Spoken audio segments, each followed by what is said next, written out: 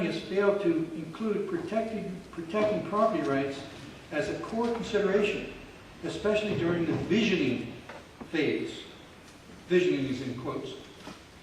The next step in the general plan update process is the goals and policies phase, in which the Board of Supervisors is to take the vision and chosen alternative and create the legally binding portion of the general plan. It's kind of like we're in the velvet glove right now, and at the end, the iron fist inside that glove will emerge, and that's police power. Alternate D does not support the processes used to derive the vision and alternates that we ask the Board of Supervisors to consider in alternate D as a replacement for both the vision and land use alternatives as presented by the Mittner-Harris report. The most important thing I think that we're concerned about is flexibility and respecting the property rights of the people. And this is in harmony with our Constitution, which is intended which recognizes the individual rights of life, liberty, and property, and institutes government to protect those rights. Government doesn't have the right to take property from some and give to others, even though it does so. It doesn't have the right to kill people, and though it does so. It certainly doesn't have the right to enslave people, and has done so. So we're fortunate in America because we've been under a Constitution and a mindset, a way of thought for 200 years. There was a book written by a fellow by the name of Frederick Bastiat called The Law, which is very fundamental and describes the connection between those three rights. On property rights, there's been some confusion as how to define them. It's not confusing at all. A person has the right to use their property as they see fit, provided they do not harm the property rights of their neighbors or the public. It's very simple. And so this land use process with zoning is good when it does provide those separations so that a use does not interfere with another use. As you mentioned, maybe a feedlot next to a hospital or an airport in the middle of a residential neighborhood. Okay, thank you. I'm trying myself. Thank you very much. Thank you.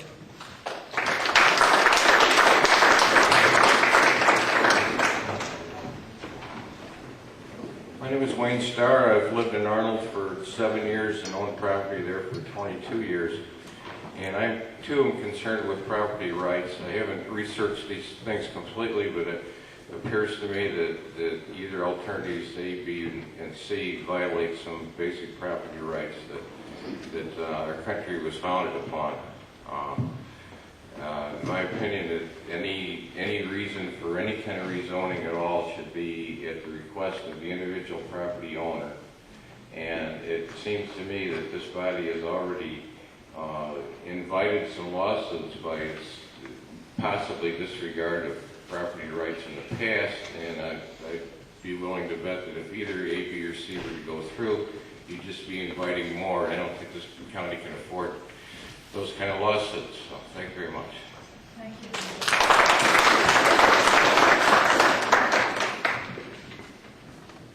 Good morning. My name is Tim Laddish. I'm from Sheep Ranch. I own property there, live there.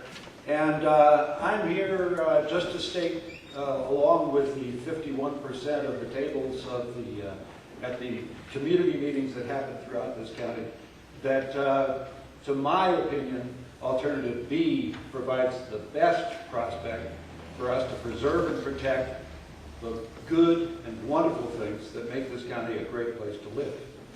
I do want to point out, and this became clear at the community meeting that I attended, that the fact that alternative C would promote more development, more residences, and hopefully more job growth does not mean necessarily that the county would be in better fiscal shape. And I'm very concerned about the fiscal position of the county and the problems that you people are trying to deal with right now. And I just wanted to make the point that the study itself does not indicate that the county, which alternative would be better for the county, in making the choice as far as the fiscal situation of the county of South Coast. And I just think that alternative B would provide us with a county that maintains the wonderful things that Calaveras makes, now provides as a place to live. Thank you very much. Thank you, Mr. Lawrence.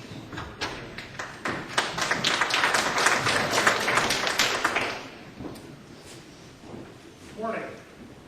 I appreciate it. My name is Paul Stein, by the way, Calaveras County.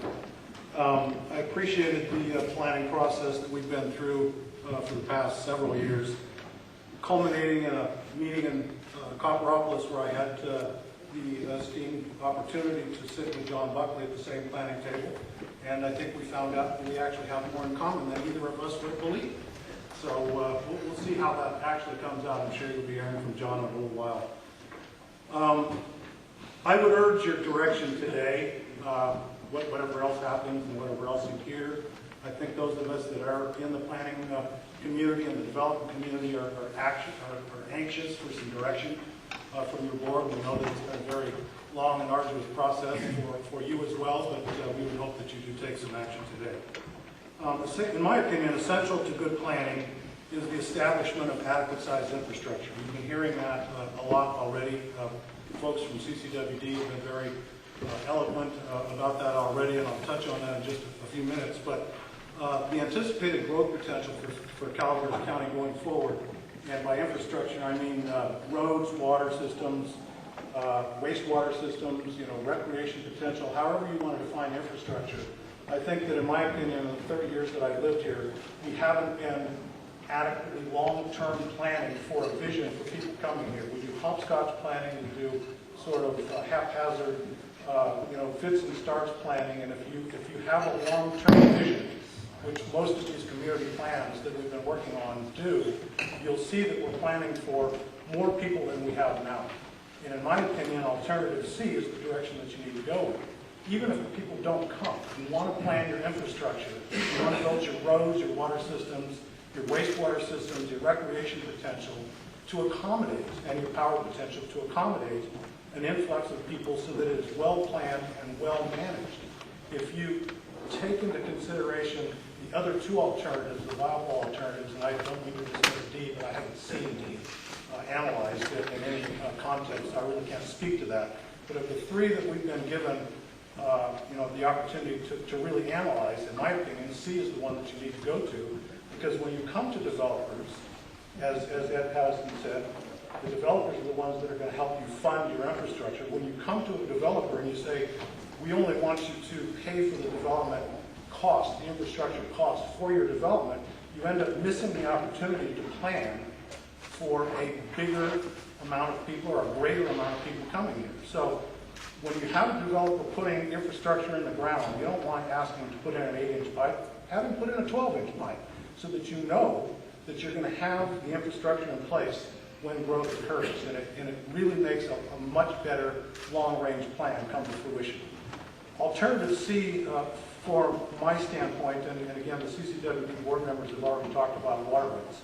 This county was blessed with pre-1914 water rights. We are one of the 17 original counties in California, and those water rights are always going to be under outside pressure to be taken away. If you plan for C, alternative C, you're putting the state on notice, and the State Water Resource Control Board handles those water rights. They hold them in reservation for Calaveras County, for the people of Calaveras County.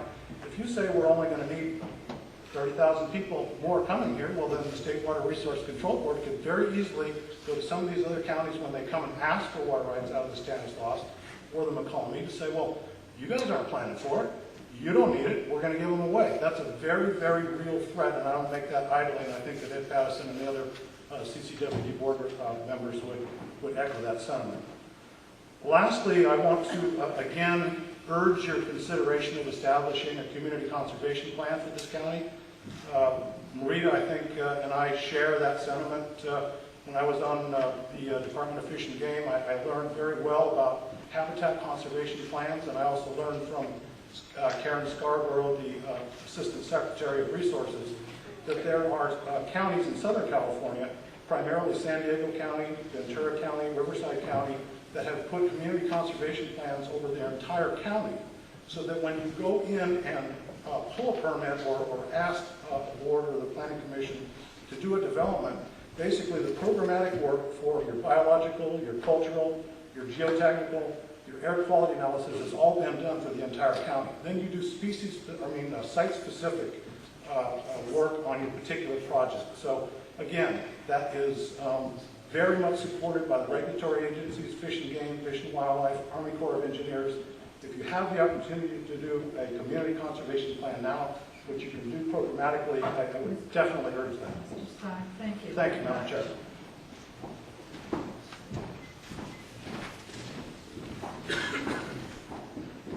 Madam Chairman, members of the board, Jeff Davidson. I'll wear a couple hats here today if I can. First of all, just to speak in regards to, I think Bob Dean did an excellent job in giving you a summary of CCWD's board's response to Plan C. I want to kind of give an example so we could try to solidify our concern on some of the smaller communities. There are some 60 other water utilities or special districts in the county, many of them on very, very small scale. I use an example of the Wallace Community Services District many times when I talk about a district that I think is doomed for failure, only because, not because of the way they're trying to operate, but because they don't have the economy of scale. And if we plan our communities to be at such a small level, particularly these ones that do have water and sewer service, if we continue to keep them small, we can pretty much count on them failing in the future because they will not be able to sustain themselves. And I don't really know what the break-even point is on some of these districts, but you can well imagine if only 100 people were paying into a system where 200 people were planning to pay for it, there's going to be some significant problems. Some of the other concerns, I'll take off my CCWD hat at this time, but I do want to mention that probably the most interested party in this community plan right now in the water business is not CCWD, although we are committed and do care about it. It's probably Stockton East Water District or the city of Stockton. The current Stockton community plan, or their general plan, the Stockton general plan, says they're going to take 15,000 acre feet of our Calaveras County reservation. And we need a general plan that we can put in front of them and say, sorry, it's already spoken for, or they will take that water from us. Now on a personal level, I think that there are a couple of things I'm concerned about in regards to this report. It's been very difficult for me as a property owner to identify exactly where my property lies, and I think that there would have been helpful to have some way to click on your parcel and find out what each alternative could possibly change and how it could possibly change. I think that inability to see property lines clearly is creating a little bit of hysteria. People don't know exactly what's going to happen to their property. Also, I have concerns about the conflicts in the job data. I think I've mentioned before that these plans show for job growth over the next 20-some years in West Point to go up to approximately 2,000 jobs. And in Valley Springs, where we currently have the highest percentage of commercial property, the only area with water and sewer available, significant water and sewer available, and an abundance of commercial property, it shows for the jobs to be created over the next 25 years to be about 145. And I would like to see that if it is just a mistake, I'd like to see it taken out of the record, because I think when people come to our community and open our general plan and look to an area like Valley Springs and see that our county is only planning for job growth in Valley Springs area of 145, I think that may prohibit some people from wanting to locate a business in Valley Springs. Also, I think that we talked about, you heard folks talk about the percentages of voting at these different community meetings. I don't think that is valid or scientific. I know that many of the groups, Keep It Rural, MyValleySprings.com, attended multiple community meetings, and if the only way to say that it was a fair vote would be to say that for certain that only people in each community voted in their community for one alternative or another. So I don't think that is should be part of your consideration that 51% chose Plan B, because I know, and you know, we saw the same faces at different community meetings, and they voted each and every time. So I don't think that should be considered. Also, what I'm hoping is that there's a recognition of some flexibility in the commercial boundaries. I think that that's something that we really need to make easier. Modern retail and modern businesses, for the most part now, have a rectangle, and they have an idea exactly what they want to have. All the Cragen stores that are being built in Northern California now are exactly the same, and they do that for a reason. Am I at 5 minutes already? 15 seconds. Okay. All right, well, I think we need to have flexibility in that. And lastly, I just think, really this is just a matter of, it's time to show some leadership and do what's right for Calaveras County. I think that there are willing people who want to see some land change, like myself on my property, and there are those that don't want to see land change. And I think both parties need to be treated fairly. Thank you. Thank you.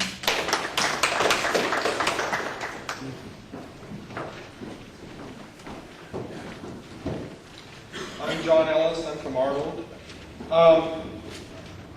Quickly on the alternatives, I do support alternative C, but what you hear today is people talking about community plans. This is not a community plan, this is a general plan.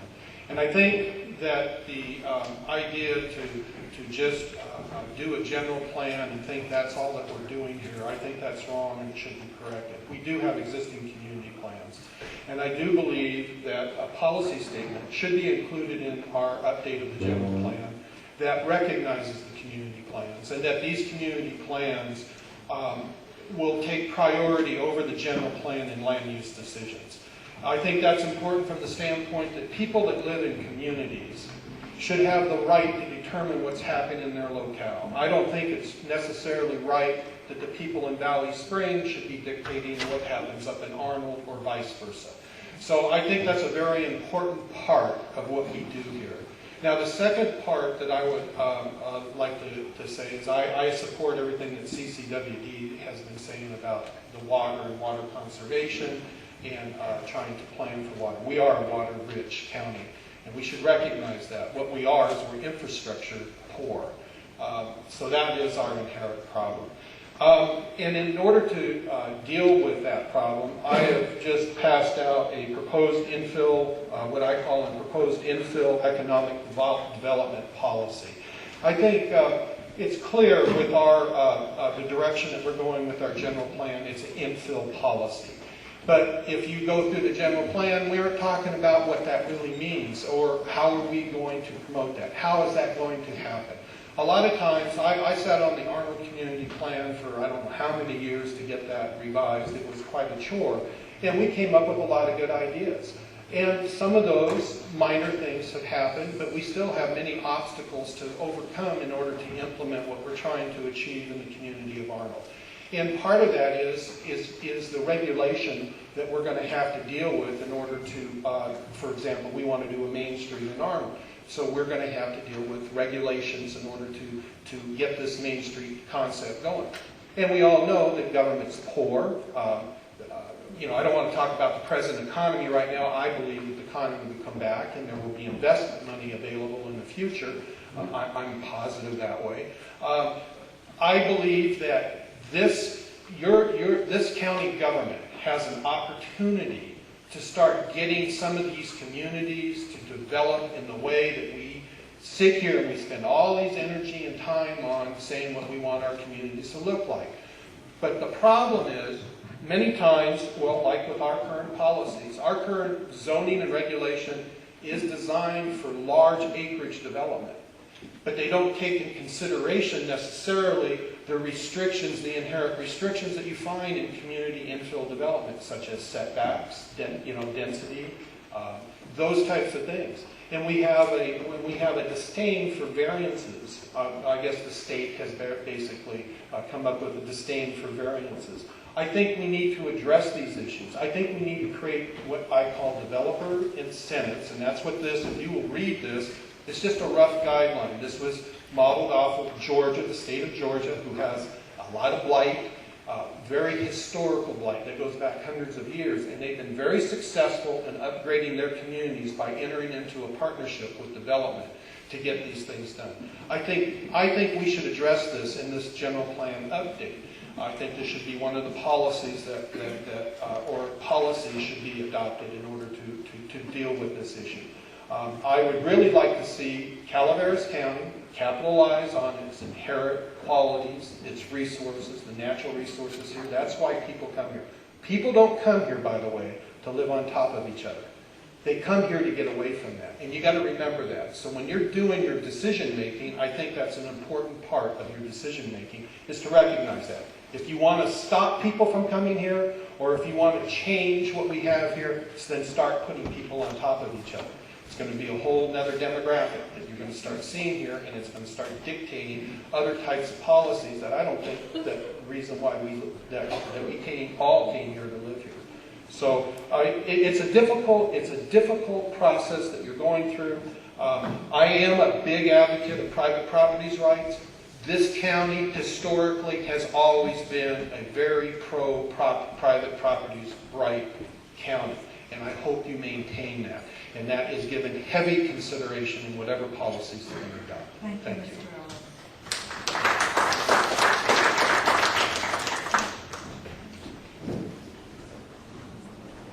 Good morning. I'm Mike Delorto from McCallum Hill. Madam Chairman, board members, commission. I'm here representing the Central Sierra Mining Association.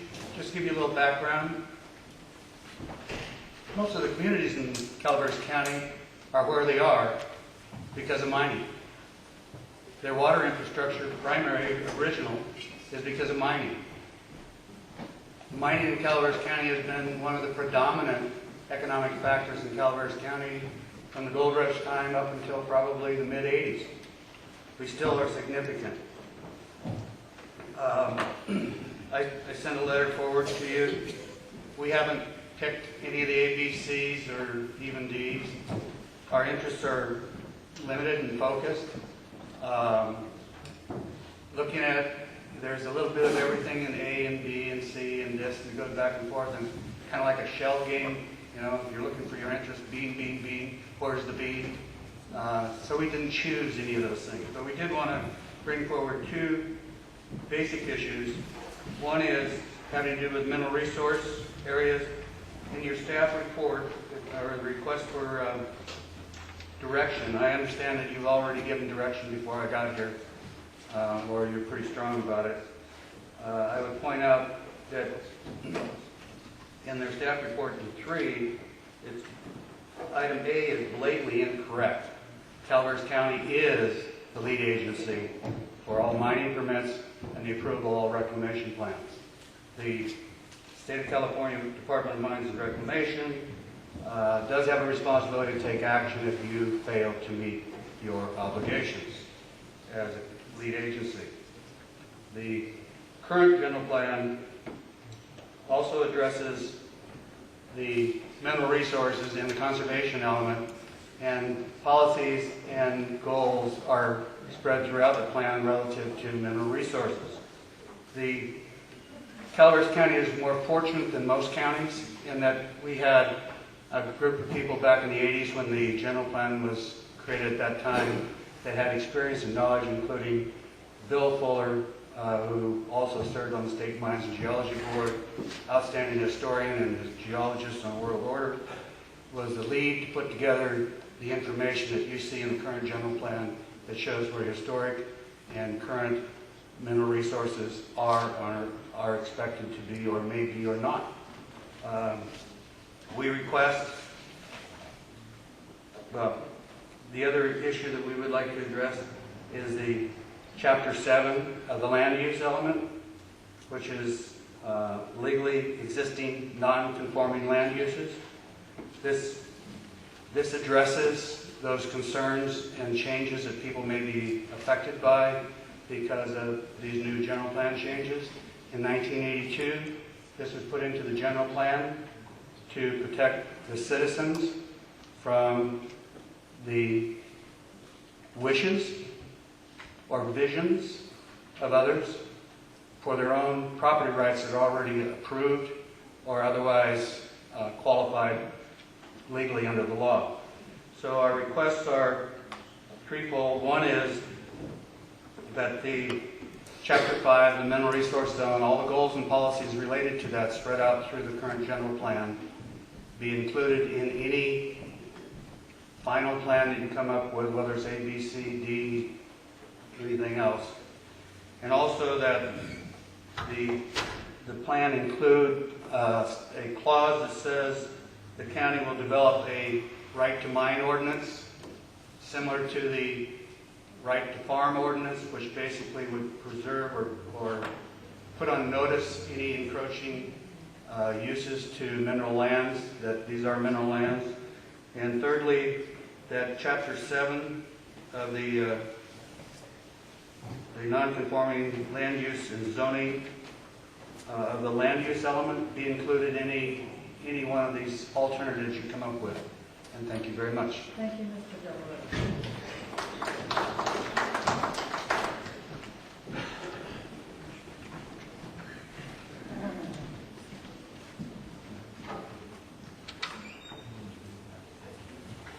Honorable Supervisors and Commissioners, my name is Shauna Hogan. I live in Valley Springs. I'm a Rancho Calaveras landowner.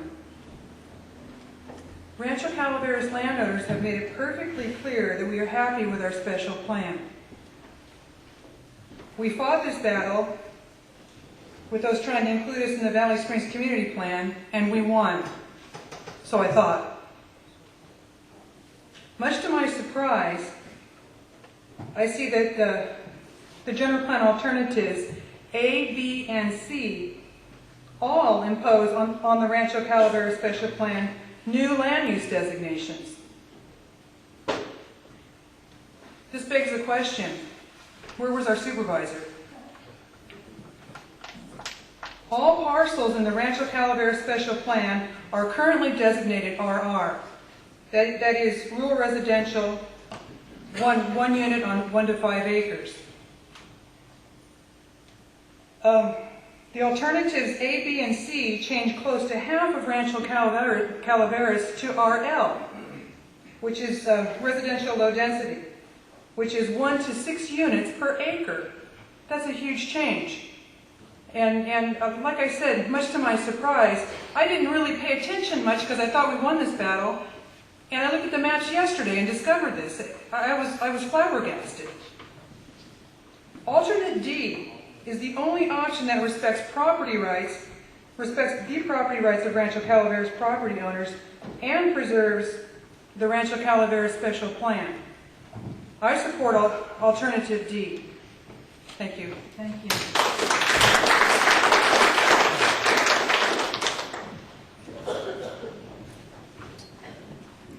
Good morning. I'm Scott Clam with the Calaveras Ag Coalition, Calaveras Wine Grape Alliance, and a small winery owner in District 4. First up, I'd like to start off by thanking Mr. Lardy, Mr. White, and Mr.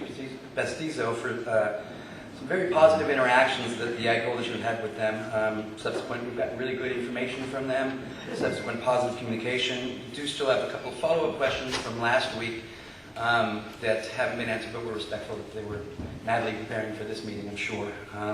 And the biggest clarification we're looking for is what is the actual number of undeveloped parcels in the 5 to 40 size range that are located in the natural resource land use designation.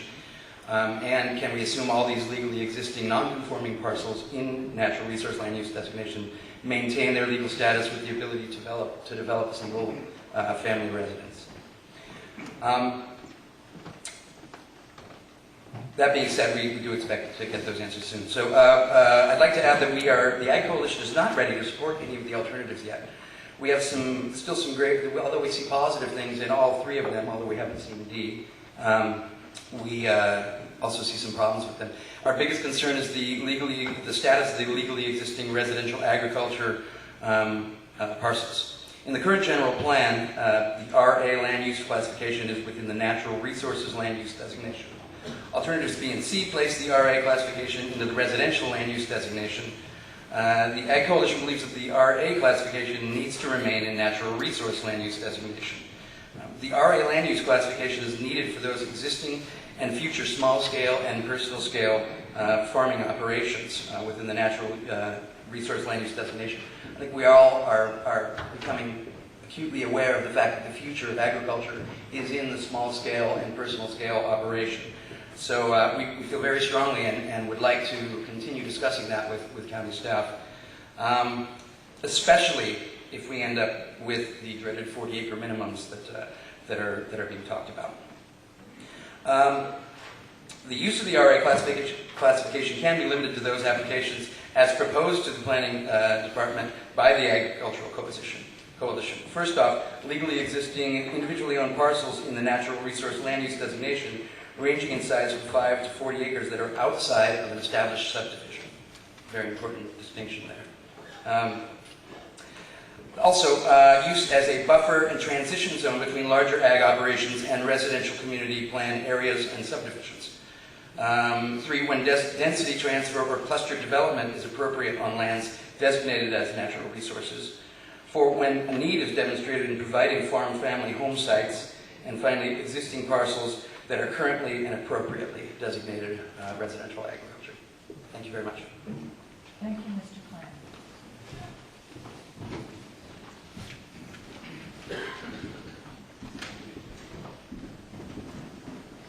Good morning. I'm Bob Yaramindi with the Ag Coalition, and I'm just following up on a couple of things that Scott said. As was pointed out at the beginning of the meeting, the single largest impact or biggest impact this general plan update will have is on ag lands. It's taking 140,000 acres from residential ag and placing it into ag use. The concern we have is with the 40-acre minimum parcel size. And I'd like some clarification as to the 40-acre density versus the 40-acre minimum parcel size. It has been said and argued that the 40-acre minimum parcel size is a deterrent to rural sprawl. In our opinion, it will promote rural sprawl based on the fact you're cutting up lands into 40-acre chunks in which that residential density could be handled in a much, much less acreage. So an example would be you have a 320-acre parcel at 40-acre density, you have 8 possible residential sites. If you had a 5-acre minimum under a 40-acre density, you can accomplish that same density with 40 acres, leaving a 280-acre parcel open, clear, and not impacted by the development. The common theme here today, at least something I've heard throughout most of the speakers, is flexibility. And we would reiterate that, the importance to give the landowner flexibility to do what they think is necessary as they go through their operations, their business, to deal with what might come in the future. Limiting it to a 40-acre minimum parcel size, in the Ag Coalition's opinion, would take away a lot of the flexibility that we currently have, and we would hope the board and commission will take a very, very close look at that one issue. Just a follow-up would be, within the alternatives report, they list a series of uses within each land use designation. The question we would have, how is that list of uses going to be moved forward into the general plan update? Are we limiting ourselves by that list of current list of uses? Are we locking ourselves in? We want to be careful, or we'd like to know how that's going to be utilized as we move down the process here. That's all. Thank you. Thank you, Mr. Chairman.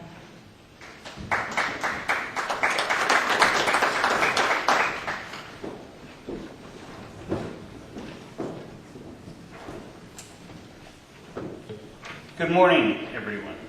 My name is Roger Pitto, Calaveras County. There's a whole bunch of things I'd like to discuss, but I got to try to get through this in 5 minutes. I know. Yes, ma'am. But I am going to speak directly to Chapter 7, what originally was called in 82, the savings clause, the grandfather clause, that has went through 1980, the original general plan, modern general plan in 82, resupported in 86 update, and resupported in a 96 rewrite. With one exception, I'm speaking as an individual. I belong to several different organizations, and I've made presentations to several of them. I've talked to several members of the Taxpayers Association, so on and so forth. I made a presentation to the Calaveras County Chamber of Commerce Board of Directors regarding this matter. They asked that, for the record, that they support the continuation of this Chapter 7 concept. As fast as I can go, the reason it was put in originally was back in 82, several people, when the modern general plan was written, wanted to look at Calaveras County as a blank slate and didn't like some of the things that existed here there then. For example, Forest Meadows. So Forest Meadows, rather than being recognized as a then legal existing, properly zoned subdivision, it got painted high timberland resources. And there's many other examples. Some people didn't like apartments, so they colored something different than continuation of existing built apartments. And I don't have an opinion on those different land uses particularly. But the concern was that what happens if you are not recognized in this new general plan, as has been 3 times before, as a legally existing, either conforming or non-conforming land use, you are going to suffer damages if you have a casualty loss, and that's a complicated issue. There's an issue as to timing of zoning. I've heard some people say, oh geez, we're going to color your little service station as a park, but we won't change the zoning until you sell it. That destroys a person's property value. More so in a casualty loss, but also more so today, and if you have an existing land use, it gets wiped out by the new general plan, and it will be, because there's no vesting rights to zoning, unless it's recognized.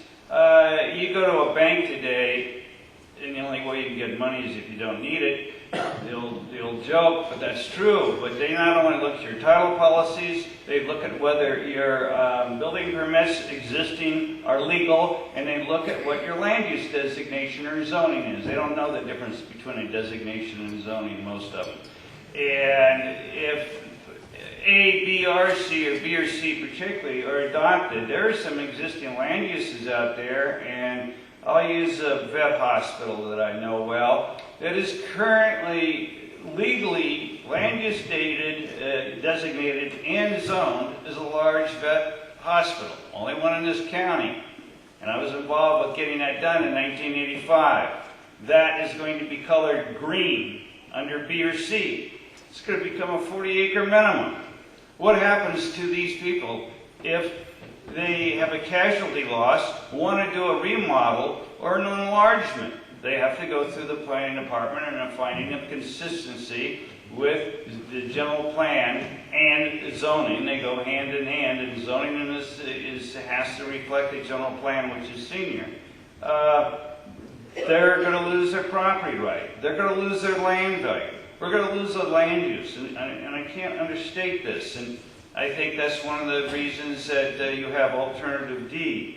But if you would continue, notwithstanding what Mr. Mateer said in his 2006 confidential report to the planning department, the savings clause, whatever you want to call it, the legally existing non-conforming land use, but it also deals with legal existing land uses now, is not appropriately put in the zoning code. It's appropriately put in the general plan. Thank you. Thank you.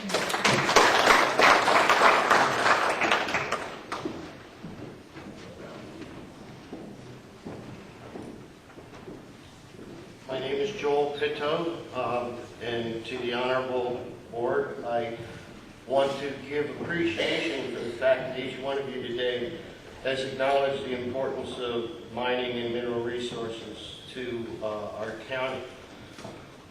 Two of you spoke up on the protection of the resources to be under an overlay plan. If it worked, I have no problem with that, but I'm told by reputable sources, or semi-reputable sources, that this is illegal to do it in this manner. So if you could get that issue clarified amongst yourselves, and if it indeed is illegal, could the other two members come over to the side of the majority? It would be greatly appreciated. And Mr. Mintier, you came to one of our towns and were treated a little bit harshly. I appreciate the fact that you took it with good humor and moved ahead and included our wishes into your plans. I don't see A, B, C, or D at all working in any way. It's going to have to be some cobbled use of the four of those. And when you get to option E, please consider the fact we can't move these resources anywhere else. They are where they are, and they're the biggest potential profit zone for this county. If you've noticed, the price of gold is up to $1,140 an ounce today. This county is built on top of nothing but gold mines. And anything you do to prevent their reopening is only going to be shooting yourself in the foot. So let us prevent massive lawsuits and infighting and move forward on the issue, clarify the point of the overlay, and continue to protect our mineral resources. Thank you.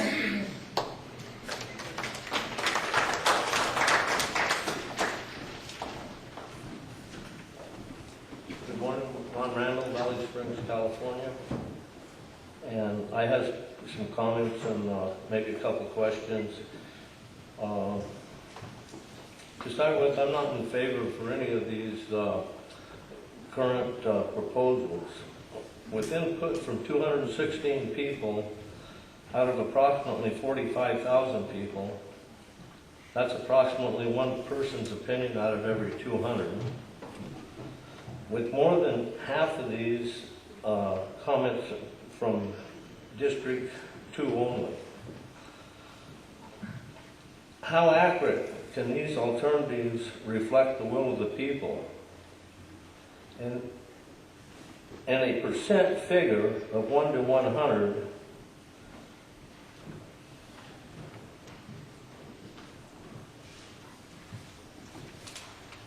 on such a small percentage. Would you base any of your personal decisions on such a small percentage?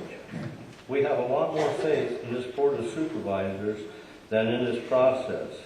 You have some decisions, some tough decisions to make, but that is we pay you so well for. Protect our rights. And thank you.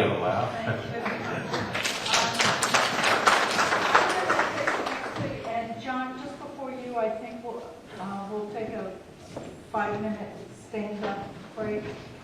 So, yes, you are the... You're so kind. I am, that's true. Thank you. No, John, you can stand there. I just want to let everybody know we are going to take a 7-minute inning stretch, okay? Thank you.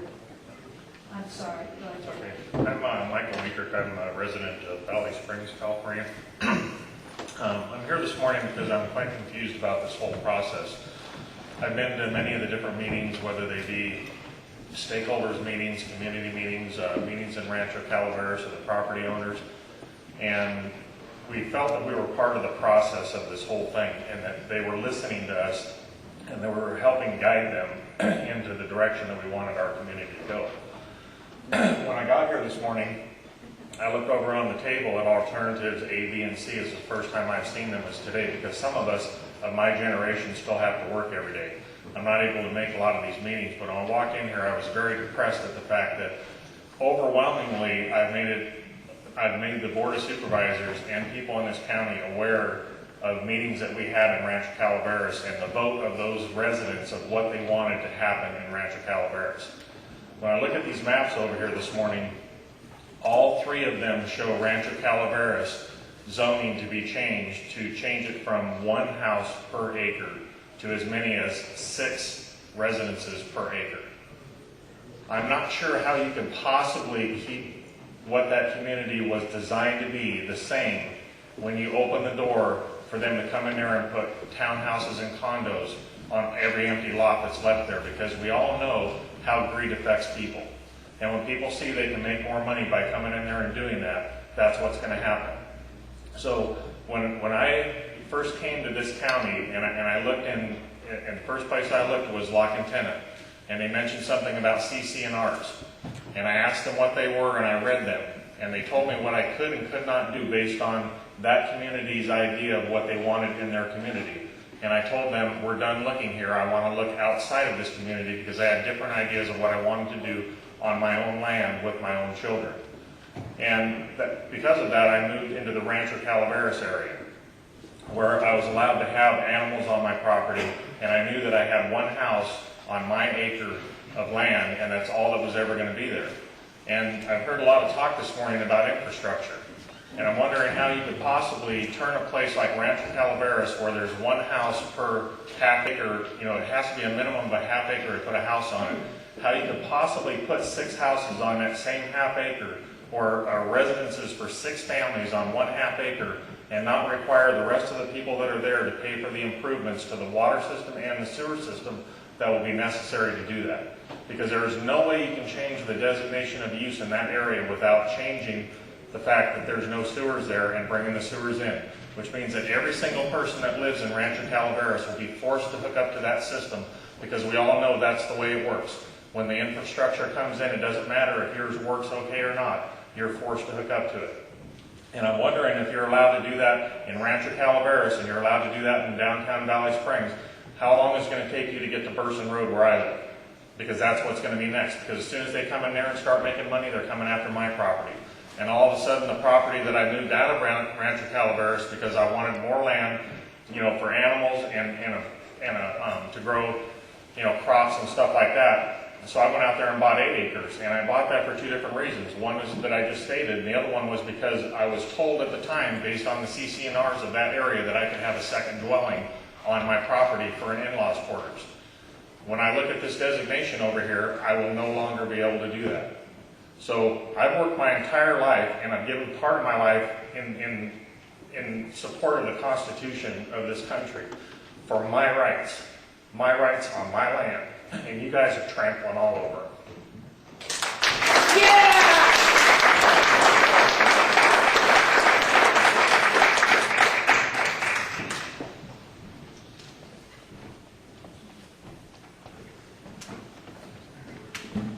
I'm John Paletti from West Point, District 2, and I'm here to really just support the process that we went through in West Point in developing our community plan and our vision for our area.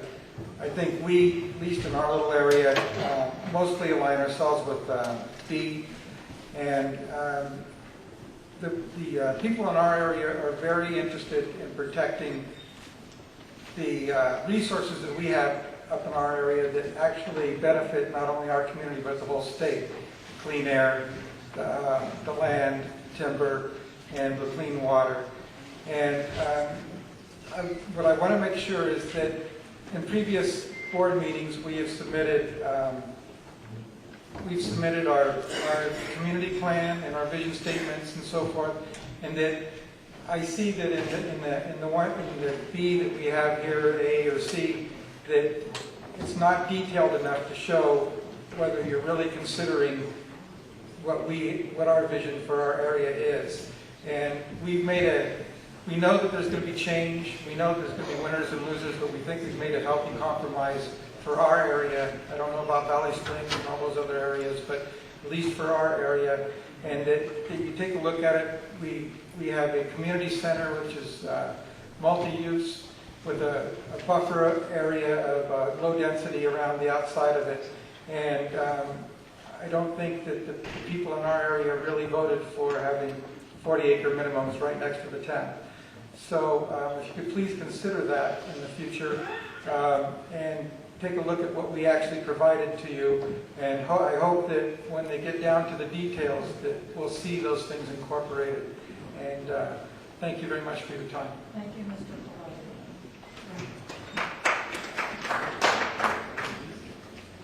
I'm Lanny Stanford from West Point also.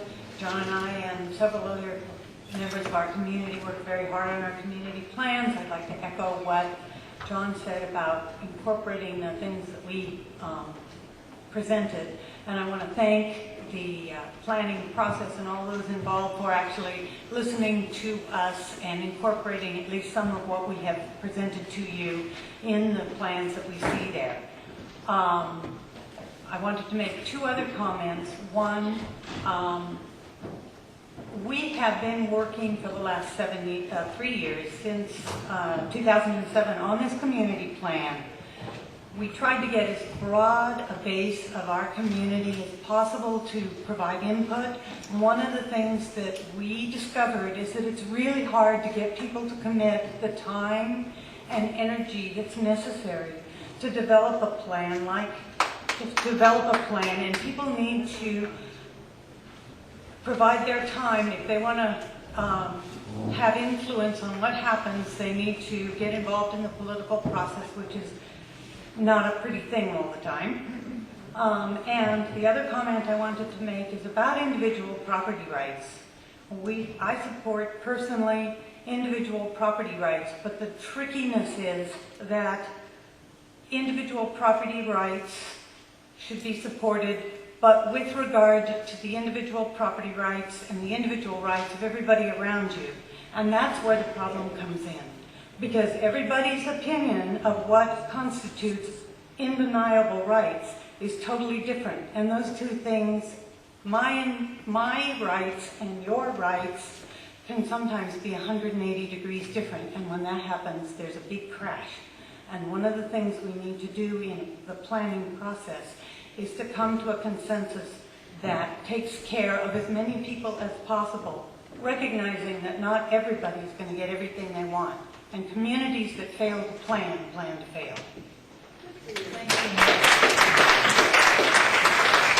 We'll take a 7-minute recess.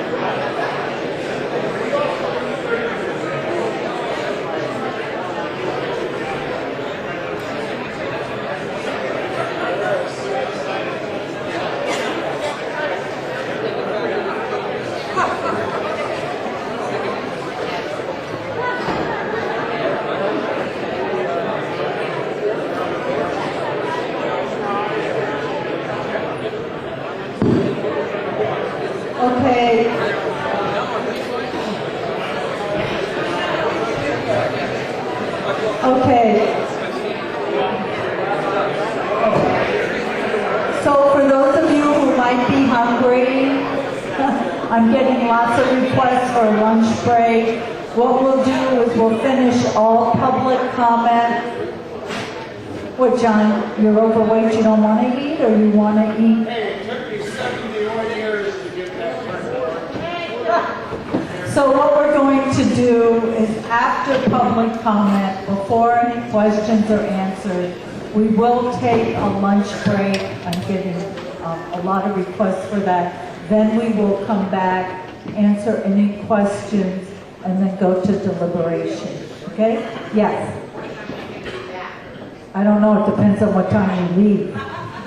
When we are still taking public comment. Tell us before you leave when you'll be back. Got it. Okay. Okay.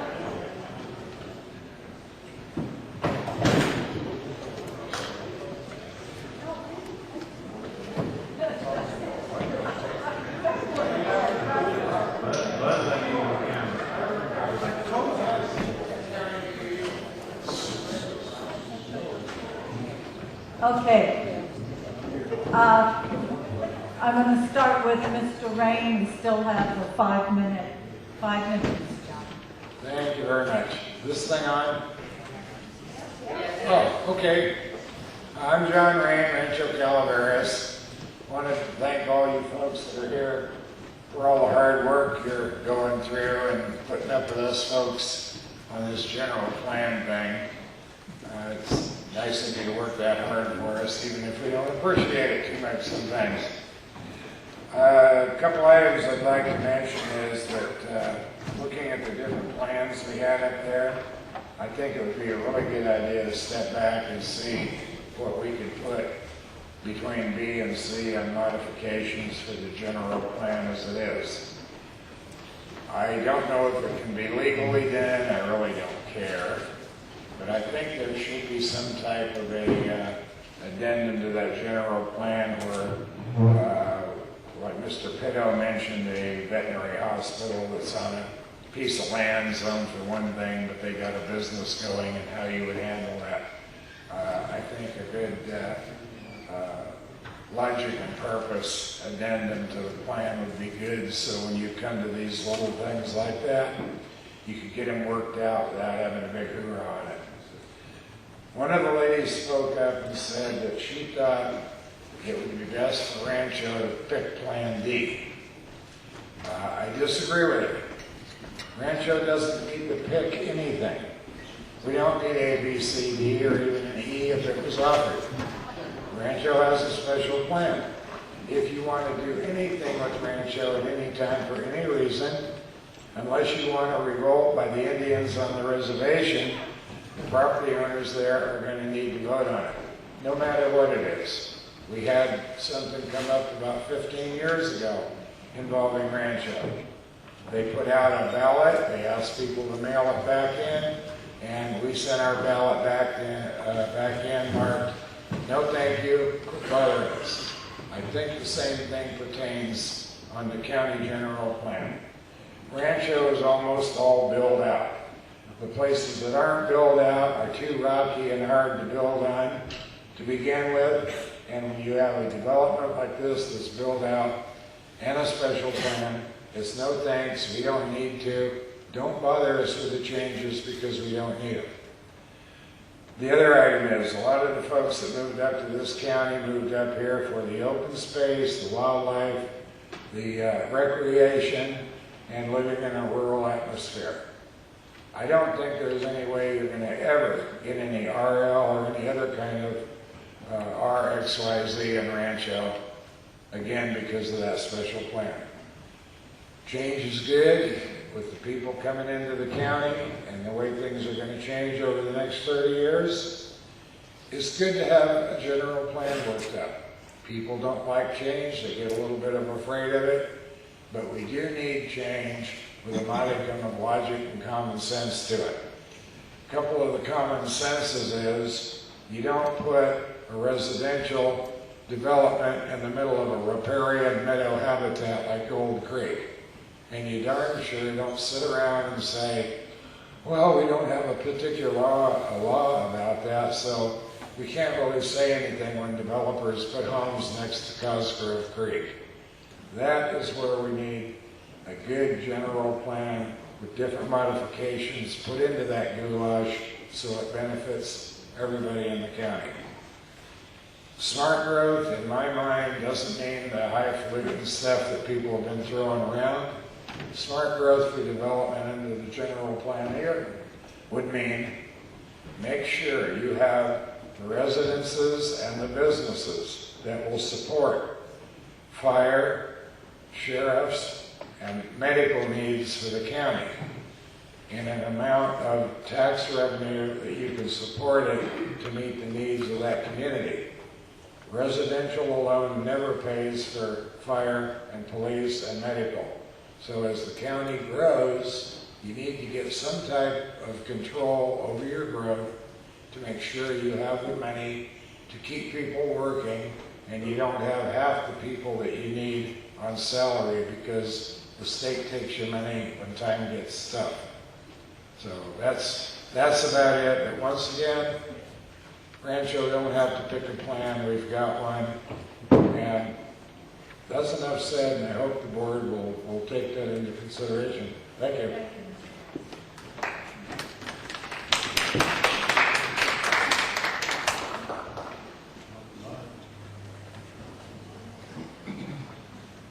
Good afternoon.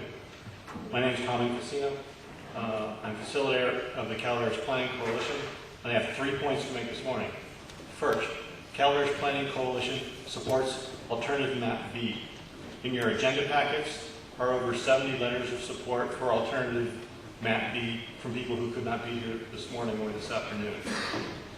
Alternative map B was favored by a majority of the tables at the recent community workshops. And the community-centered development pattern that's found in both maps B and C was supported by over 70% of the tables at those community workshops. My second point, while the workshops gave voice to a diversity of viewpoints, by talking through some of our philosophical differences, we were able to identify many common ties that bind those who live, work, and play in Calaveras County. Many of those common ties are plainly visible on the landscapes of our communities. Our communities have a variety of land use densities, of parcel sizes, and of land uses, so that school children, high school graduates, newlyweds, small businesses, agriculture and forestry, all have places where they can be free to thrive. Our communities include active churches, flying flags, and war memorials. Because in Calaveras County, people still value loyalty to our faith. We still value allegiance to our flag. And we still value sacrifices for our country. These and many other structural elements of our landscape help to nurture the rural values that reside deep within us, the rural values that make us special, the rural values that make this Calaveras County. My third point, none of us will get where we want to go if we struggle against each other at cross purposes. None of us will pull together if the general plan caters to only one interest group at the expense of all others. To meet the challenges ahead, we must first challenge ourselves to be better as a community than we are inclined to be as individuals. We must challenge ourselves to craft a general plan that benefits not only our own self-interest, but also the interests of others. In the days ahead, people will be looking to community leaders, including you supervisors and you commissioners.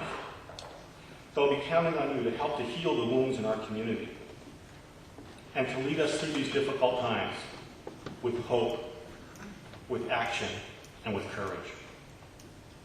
I pray that God will give you all the strength to do so.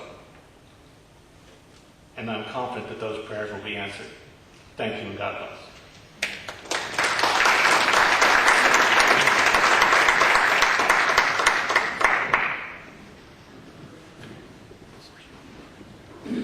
David Silva, Calaveras. Thanks for being here, folks. I would not want to be in your chairs.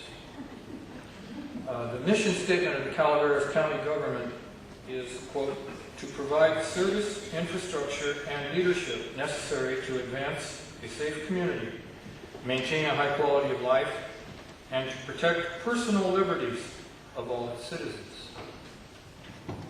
The general plan update is to be a blueprint for the future. Individuals purchase property with future usage in mind, so this is all about the future. This series of 3 alternative choices will dramatically alter land usage rights, no matter the choice made. I wish an answer from Mr. Mintier. Sir, your firm has formulated several general plan updates in California, is that correct? Mr. Silva, we're taking all questions now. I see. All right. Well, my question to the man was, I'm curious what the alternatives are. What has evolved as those 3 alternatives in other counties where these folks have done their work?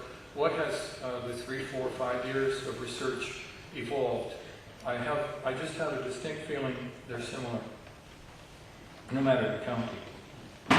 There's 120 discrete usages have been reduced to 22. The discrete usages is Mr. Mintier's description today.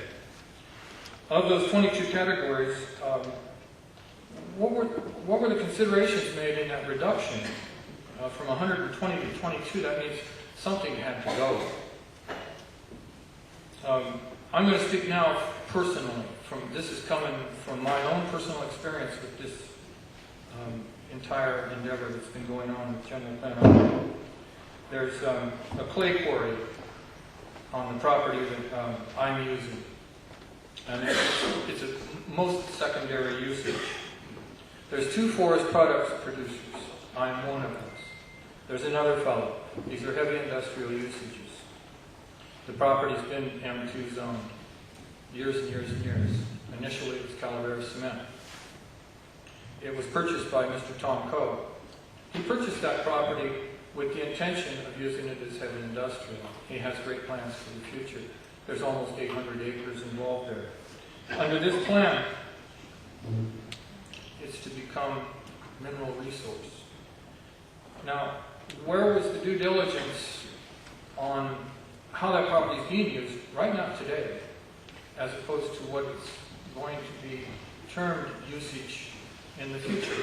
Because it has a clay quarry on it, that allowed us to, or allowed Mr. Mintier the ability to rezone it. And that's what this is. This is a rezoning. And sure, we can operate there until we close our businesses, but then what happens to those 800 acres that were purchased with the industrial property, the full impetus for purchase? That's happening all over this county.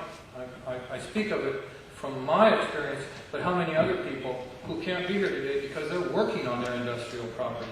It's very difficult for working people to continue to be vigilant in this process that's lasted, where are we now, 4 years? We continue to come to meetings. I see the same faces. I see the same results.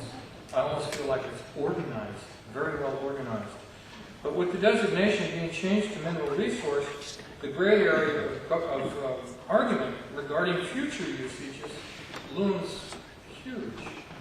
You can take these things to courtrooms and fight with them and just delay any kind of development within the county.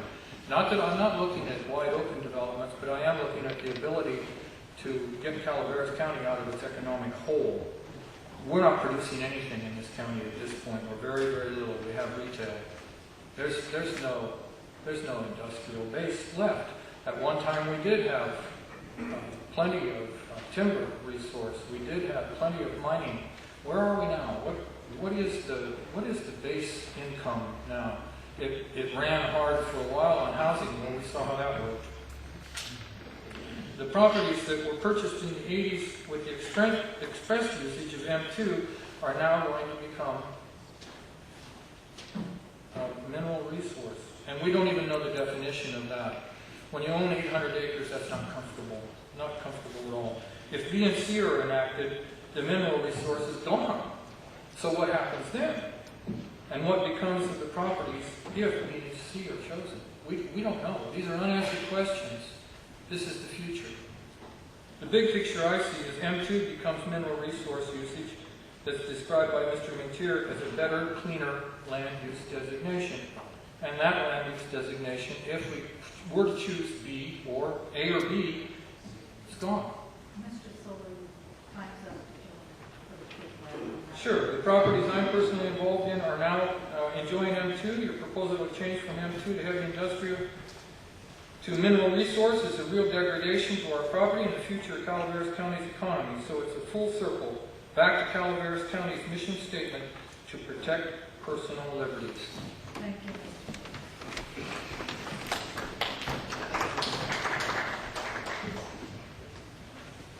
Did you sign in? Yes, I did. Oh, good. Thank you. My name is Katie Clark. I do not live in Valley Springs. I live in Rancho Calaveras. I was at a meeting on the 23rd of February where there was a vote meeting, and we voted Rancho Calaveras out of the community plan. We figured, okay, we're all right now. We'll watch general plan. I came from Tracy, and I was living in a rural residential area till it was taken over. And what happened was they put sewer and water down the middle of our road, and we had to pay $2,700 a year attached to our taxes. We didn't get the sewer and water because we weren't allocated for it. I seem to see this happening here now. We have our own special plan. We don't need another special plan. And I honestly feel that since we have voted out of the community plan, that maybe you should look elsewhere besides rezoning Rancho Calaveras RL.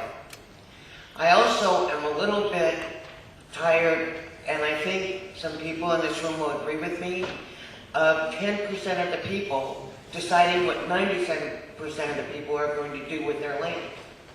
I think that we should all have our own rights. And I think that before you decide to change Rancho Calaveras, maybe you should talk to the directors. And that might help a lot.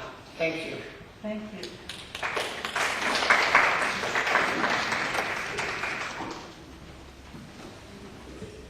Good morning, Tim McSorley, Executive Director of Calaveras Council of Governments. I'm going to speak in a couple of broad areas and then focus on the Valley Springs project, since that was a question from the consultants to the Board of Supervisors. Essentially, the COG supports the planning process. We've done that in a number of fronts by approving projects in our overall work program. We've helped fund the circulation element. We've helped fund the U-Plan model that you've heard so much about, and we've also helped fund the Valley Springs Community Plan process to the tune of $663,000. In today's regulatory environment, the planning process gets more and more difficult. We talk about AB 32, SB 375 as being some air quality issues, greenhouse gas issues. So it is very difficult for the board to make some decisions, and a lot of times for the public to understand what some of those regulations are and how we need to comply with those. I had a brief discussion with a lady in the audience at the break, and it kind of falls under one of these unfunded mandate kind of things. When we plan for infrastructure, there's been a lot of talk about infrastructure to spur the economy, if you will, to help the economic benefit. We have tourism that we talk about, which relates to roads. We do roads and transportation. These are interregional issues where we have visitors coming to the county to the benefit of the county in regard to economics, but perhaps to a detriment to the county in terms of providing that infrastructure. The information highway, broadband issues, that actually is part of the infrastructure, and it would actually decrease, in my opinion, the need for additional transportation facilities. So there are a myriad of issues that are out there for you folks to consider. As it relates to Valley Springs, just briefly, in 2009 we were awarded a grant to the tune of $255,000. We held a number of community meetings, some charrettes, We had, that's the Charrette's last May, we had 190 people involved. At the August 27th meeting, we had 175 people there. And then, as Ms. Clough mentioned, at the February workshops, we have over 500 people involved. And as Mr. Randall mentioned earlier, he's got a concern about what you might call consensus. I think that that's an issue, a process issue perhaps, that the board and commission need to consider. One of the question in your staff report was relative to Valley Springs, is that you didn't have a map that demonstrated the consensus of the community. And a lot, that word is being thrown around a lot. George and I have had that discussion, but I think it's a valuable topic of discussion. Now more specific to the Valley Springs project. The alternatives report, and I think this was mentioned, Jeff Davidson mentioned on page 56 relative to the jobs issue. Again, I would mention that that alternatives report identifies as many as 2,000 jobs in West Point. Hallelujah. But only 146 in Valley Springs. And if we're in fact focusing the development in the western end of the county, primarily in Copperopolis and Valley Springs, I think there's a little bit of a disparity there that we need to get resolved.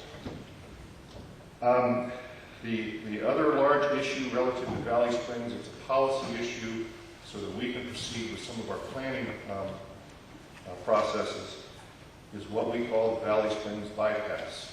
It's a major infrastructure improvement. There may be some very big obstacles that are in front of us if we need to or want to pursue that transportation facility. So again, it's kind of a policy question to the board. Do you want us to continue planning for that facility as part of the Valley Springs project, but also as the overall general plan project? And then finally, directly relating to your question, or to the question about Valley Springs, we would ask and recommend that the both alternative maps that we have submitted, be run utilizing the U-Plan model. The model is essentially paid for. It wouldn't extend the period necessary for final determination of the general plan direction. So we're thinking that, or we're hoping that we can do that and fold either of those alternatives within the general plan process. Thank you, Mr. McFarland. Thank you.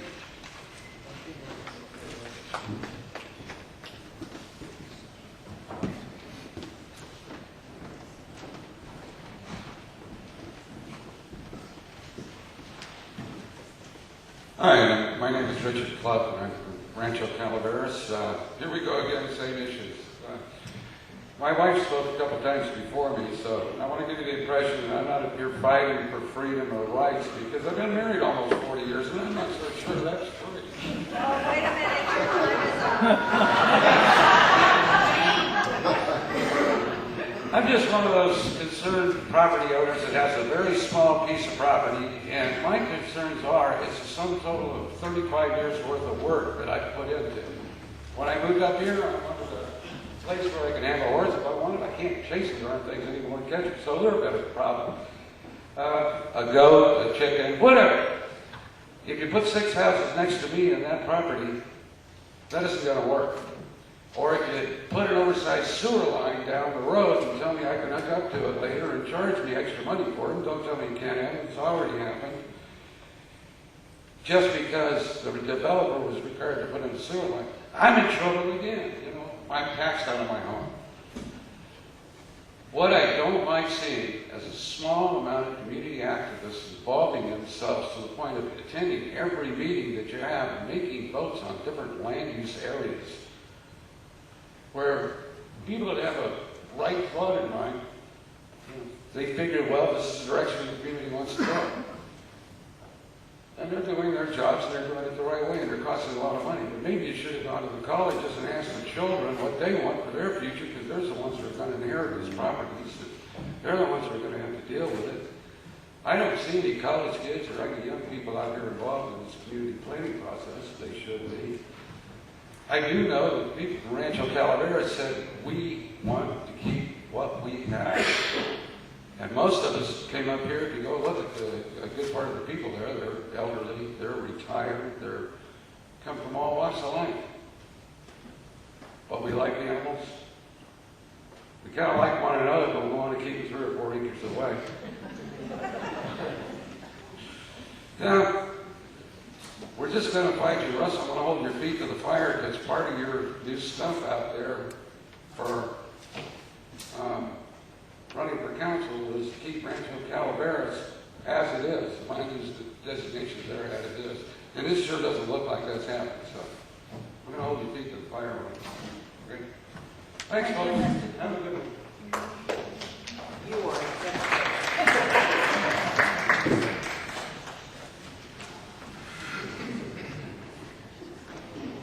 You better hold more than his feet to the fire. You better find a stick to put him onto or something, because you can promise anything during campaigning, but whether that pans out or not, we all know how that works. Promises, promises.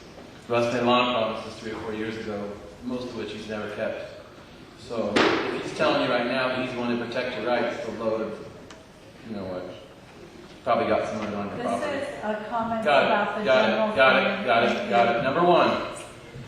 Earlier it was said that Darren Stellman, Rancho Calaveras, running for District Supervisor 5. Number one, they said there were only 27 participants in at the Valley Springs meeting. There was about 6 tables, and each one of them had about 6 to 8 people there, so there was much more than 27 participants. They also said that there were only 9% of the people that voted for D. That's because D was not an option, it was given to the people. The table that I sat at the Valley Springs one, they told us you had to pick from A, B, or C, pick the one that was the least offensive to you, and change it. So at my table, I advised the people, look, if you go with this D thing, they're just going to throw it out and they're not even going to listen to you. So just try to follow what they've asked you to do, pick A, B, or C, and modify it. And I thought it was all garbage, so I didn't really participate too much in it other than to watch what they were doing. And then this D thing came up. So truth be known, if people had another alternative, the D percentage would be much higher. And I agree with Mr. Raines who says we don't need an A, B, C, D, or any of those. My background is somebody who has a degree in history, and I'm well steeped in constitutional law. Okay? The government only has certain things that they're allowed to do. It's stated by the Constitution. There's 18 specific things. Those specific things were formed by a guy named Adam Smith, who influenced Benjamin Franklin and the other founders. And those 3 things that he identified were: number 1, protect the borders, which we're doing a bang-up job on that. Number 2, to maintain a standing army. And number 3, to provide infrastructure like roads and bridges to facilitate commerce and connectivity. Those are the only things that government really needs to be involved in. So what we've got going on here is a farce. We could all just walk away today and just say, let's listen to the Constitution, and all this hogwash can just go away. We just need to give people their rights granted by the Constitution and just forget about this garbage. Number 2, Bill Mason and Steve Kearney had a question earlier. The question was, how are these things going to affect adjacent properties? Okay? He asked what it meant by biological resource designation. The old designation was wildlife and botanical.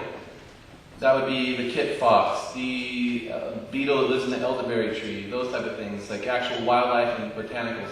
Now we're talking about protecting larvae and other things like that. Okay? So the answer to your question, Bill, is how does it affect people who have adjacent properties that are designated biological resource?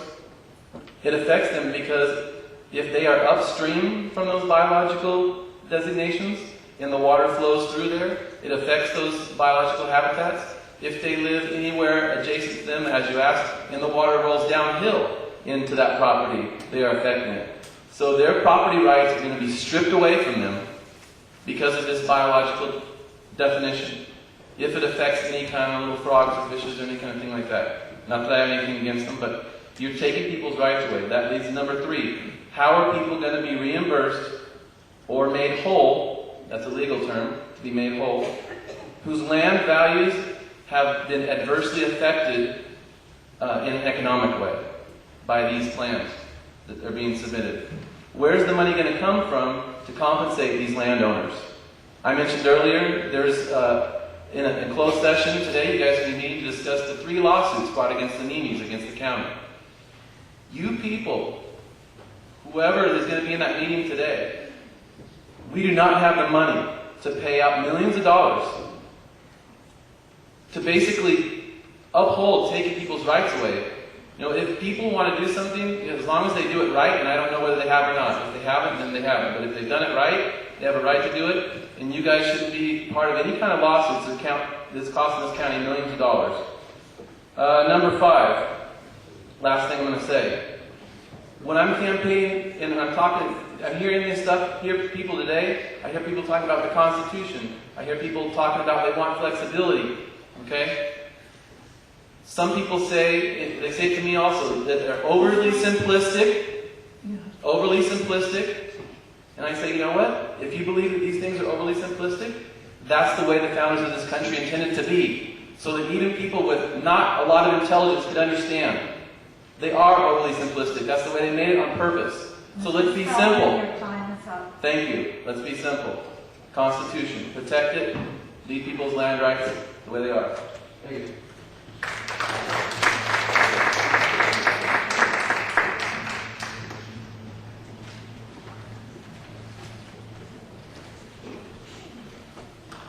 Good afternoon. My name is Art Marinaccio. I'm a resident of El Dorado County. Been involved in general plans I'm sorry, what was your last name? Marinaccio.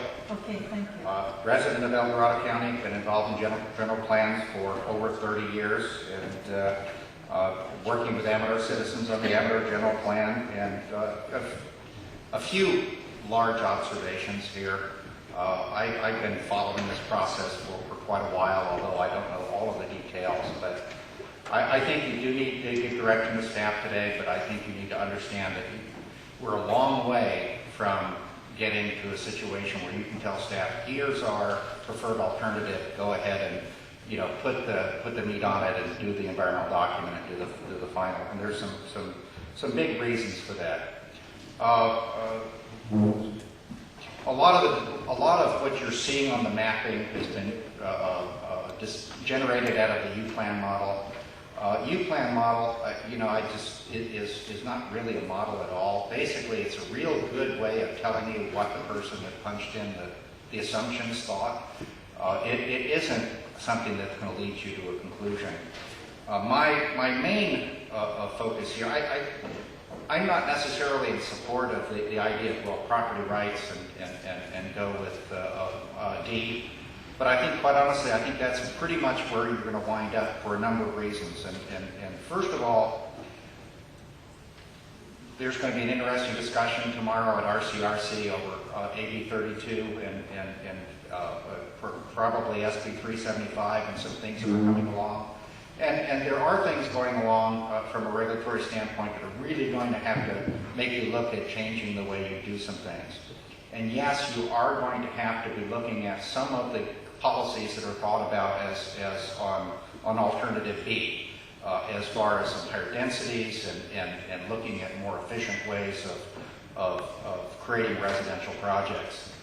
But I think one of the things that you need to individually think real hard about today in giving your direction is what percentage of people coming into your community want to move here and live at 6 units per acre, or 12 units per acre, or 20 units per acre.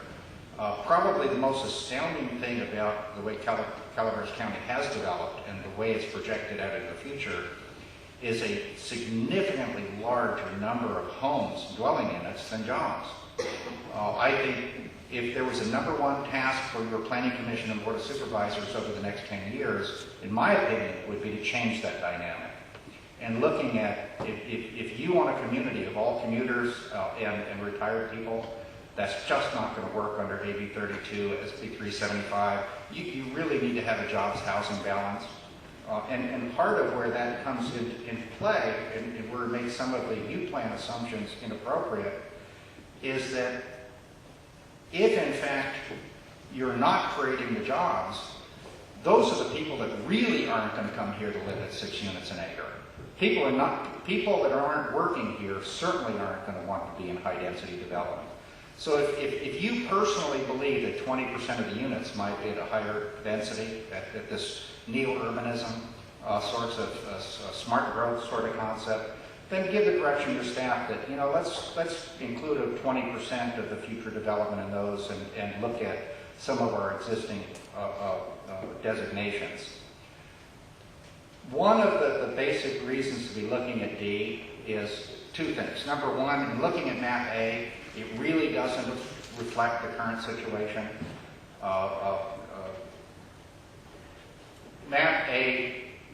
The existing zoning and the existing land use pattern in this county has developed for a lot of reasons other than just somebody's U-plan model. And if you want to change the dynamics of the mix of uses in Calaveras County, I think you need to articulate a compelling reason to do so. AB 32 is a compelling reason, but at what densities? Other things that I think you need to be looking at is I think you need to be looking very closely at jobs and what's important to creating your jobs. I was just absolutely shocked, quite honestly, at the treatment of mineral resources. The mineral resources, in fact, talking about this last week with the State Mining Geology Board, the fact that the mineral resource policies that counties and lead agencies have had in place really don't reflect the existing law. You need to be asking the state to do a classification of your mineral resources so you have an underlying mapping that truly reflects what's economically important, and by law you have to recognize those. Anyway, I think without dragging on too much farther, there's a lot of things that need to be clarified in your direction, staff, and some of the things that I've heard out of yourselves today lead me to believe that your instincts are a lot better than the modeling that's been going on. And remember that B and C are basically what's termed smart growth policies, which is neo-urbanism. And Thank you, your time. We passed. I apologize. That's all right.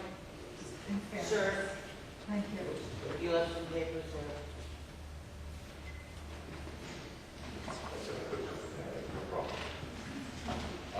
My name is Peter Race. I reside in near Jenny and to be honest with you, I did not study much of the plans even. But I've been listening, and I just had a couple of comments on what's been said. I really doubt that a consultant reflecting the views of the communities. It seems to me that they have an agenda that's not quite the agenda of the community and the people in it. Their agenda is driven by something from outside of Calaveras County. And I don't want to get anything in details of it, but I can copy some of these agendas from a little booklet, but they've been presented. I was hoping that they accumulate what people really want. And I hopefully that my elected official reflect what people want in this county. Not a reflection and advocate what AB 32 says, what Sacramento says. Right now I cannot be directly do anything about folks over there. Their time will come. But I want my representative to reflect my views and the people they represent. If they want to represent AB 32 or whatever other views outside the county, then maybe they can work for that agency. But I want my representatives and my people over here to reflect my view. I have a small lot. I lived in Alameda County. I lived in Contra Costa County. And the reason I moved up here because I got tired of the 5-foot and 10-foot each side of my house. I don't want a nanny state. I don't want you to look out for my welfare. I just want you to guarantee my opportunity to succeed or fail. Business in this county will come when the opportunity arises. This is an old saying about supply and demand. If the demand is here, you're going to get more business. You're not going to supply business and hopefully demand comes in. I'm not looking forward to high density low-income, affordable housing. That's what I moved up here for. If I want to live in some place like that, I can live in Cabrini Green in Chicago or San Francisco. I want my peace, I want my quiet, I want my elected official to represent. I don't need a leader. I'm over 18, I know what I like, I know what I don't like, and the less I have anything to do with you guys, the better I'm off. I don't want you to tell me what's good for me, okay? I'm on top of the food chain. Not the bug, not the fish, I'm on top of the food chain. I want what's best for me and my family and my neighbors and the community in general. I heard some talk about that, well, they spend this much and this much. It's like, well, I don't want to give the how you're taking my money. What's the county money and it's state money or federal money, it's still our money. I don't care which pocket you take it out of. You're doing all these studies. There was another study in '94 about the 1226. You sent out a letter, a survey. The survey reflected what people wanted. You ignored it. I don't know if these people took in consideration in their study. This is a community that people like their property, like their peace and quiet. The less they have anything to do with the elected officials, the better they are. I don't want the county to reflect what the state wants. I don't want the county to reflect what the federal government wants. I want my representative, not leader, I want my representative to reflect what the people in this county want. I don't want it to be a nanny state. I want people to take advantage of their property. I want them to take their losses or gains. I don't know big property, but I reflect a venture with 50 acres, 100 acres, that down the road, you might have an opportunity to subdivide it if the demand is there. If the demand is there and people want the property and they're willing to pay for it, they will get water. And I recall some elected officials said, well, if you want that, you're not going to get my support. Well, you folks are easy to replace. People in Sacramento could be replaced. In Washington, they're going to replace. I want reflection of what the majority of people want, not any special interest inside or outside of this country. Mr. Reese, Thank you very much. Thank you. Thanks for putting up with my dad.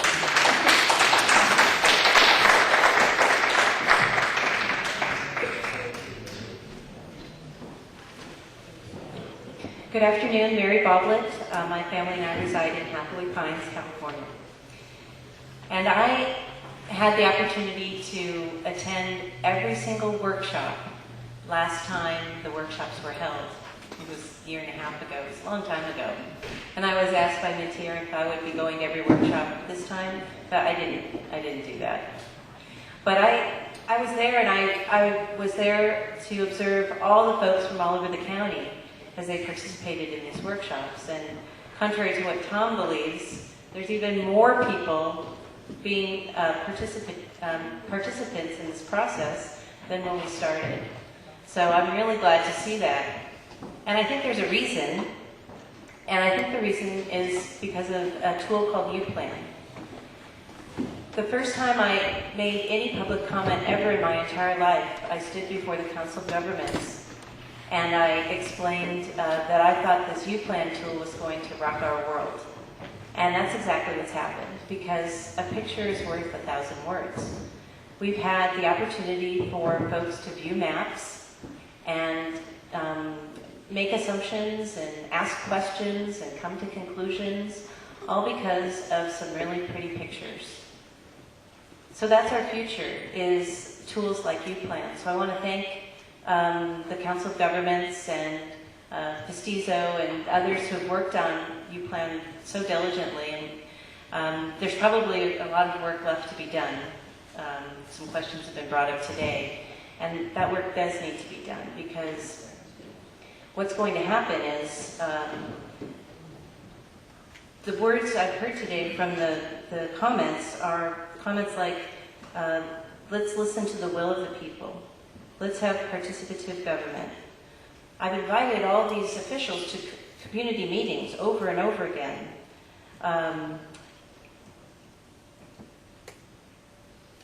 I've wanted to be part of the process, but I'm not being heard. Questions have come up about people who say they want to look at the maps again. All of this is in relation to what U-Plan has brought forward. All this information is now available that wasn't available before. Maybe it was in a file cabinet somewhere, which made it really difficult for people sitting here in the audience to participate. So the name of the tool is called U-Plan.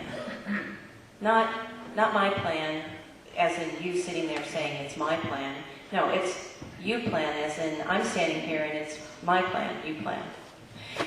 Don't mean to be confusing there, but U-Plan is a tool that is being used all over the state, and it was created by a gentleman named Bob Johnson out of UC Davis because he recognized exactly what's going on here, that people want to participate, but they don't have the tools or the information in order to form their own conclusions and come up and make a public comment. So it's a scenario building tool. It's a modeling tool, which means that if Rancho Calaveras wants to put in assumptions into the tool, and I'm sorry, I might be creating more work for you, Mestizo, but this is what U-Plan is all about. If they want to put in the information, the assumptions, and see what spits out, that's what it's there for.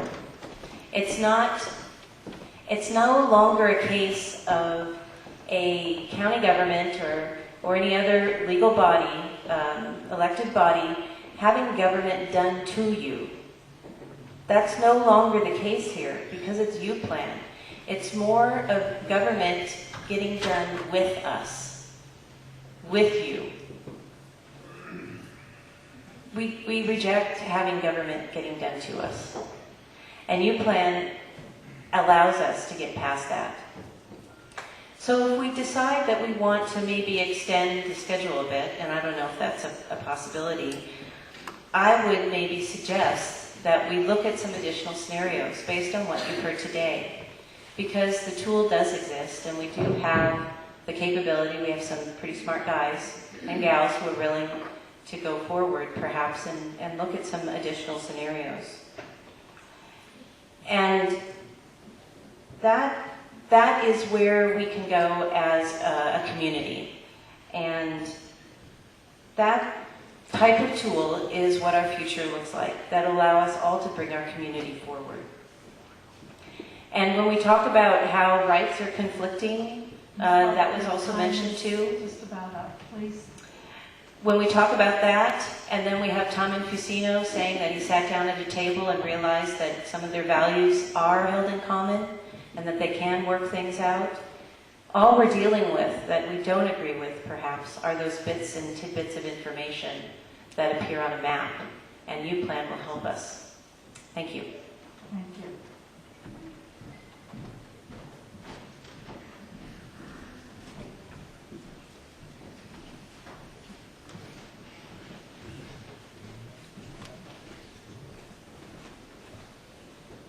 Good afternoon. I'm Tom Coe, property owner in Valley Springs.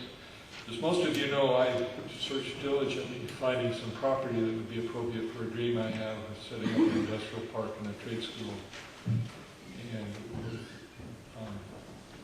we have integrated education, industry, and so forth, working in harmony to develop a we found and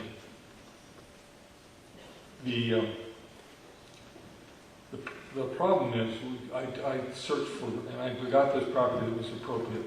Now it's in for this planning operation. It's been, they've tried to change it from industrial to agricultural, and now it's being designated as a mineral resource, which we don't have a clear understanding of what's going on. And I had responded to a solicitation from you to that by April 4th, you have asked for public comments needed on general plan updates, alternatives, and changes from land use designations. We were to send our comments in as soon as possible. Comments received by April 4th would be included in the agenda packet for joint BOS-PC study sessions, April 20th. I made an effort to email you, and it is available now? Okay, thank you. I just want to make sure that those thoughts get included in the agenda for today.